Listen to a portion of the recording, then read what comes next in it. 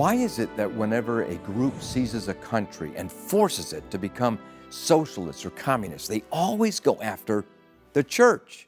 They would certainly go after God himself if they could reach him, but they can't. So they go after his visible kingdom on earth, the church. Dennis Prager of PragerU and the late Dr. Walter Williams look at the left's ongoing war against religion. Well, the left understands that their only insurmountable opponent are religious people. The only people to resist communism, not individually. Andrei Sakharov was not religious, and he was a great man and resisted communism. But as a group, the only organized groups to resist totalitarianism have been religious. And that would be, for example, the Jews in the Soviet Union or the Christians in the Soviet Union. That's why the first thing that Lenin and then Stalin did was destroy churches. They understand, and the left in the United States understands that too. That's why they loathe Judeo-Christian organizations, and especially Christian, because Jews are too small to bother. They don't bother with synagogues because they're too small. But churches are big. And that's what they do. At Prager University on the internet, we have 1 billion views a year, 1 billion. It's very, very large. And we put out a video every week. And our videos are on every subject except that we don't obviously have a course on botany. We don't have science courses or math courses, but we have everything else basically. Whatever we put out is attacked, and I expect that.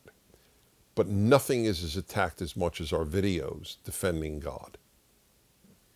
That's to me, that is truly an instructive little fact. That's what they hate the most. Arguments for God's existence, for the need for the 10 Commandments. I have my videos on the 10 Commandments, they have tens of millions of views. And 5 of them are on the restricted list by Google, which owns YouTube.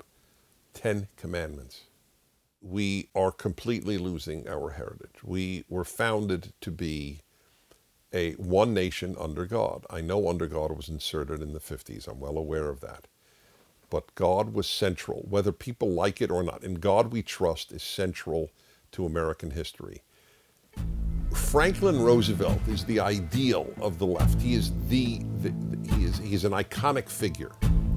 Franklin Roosevelt spoke regularly during World War II about protecting Christian civilization against the Nazis. Can you imagine a president today saying we have to protect Christian civilization? It's inconceivable. I think we're moving in the wrong direction right now. That is, we're moving away from personal liberty.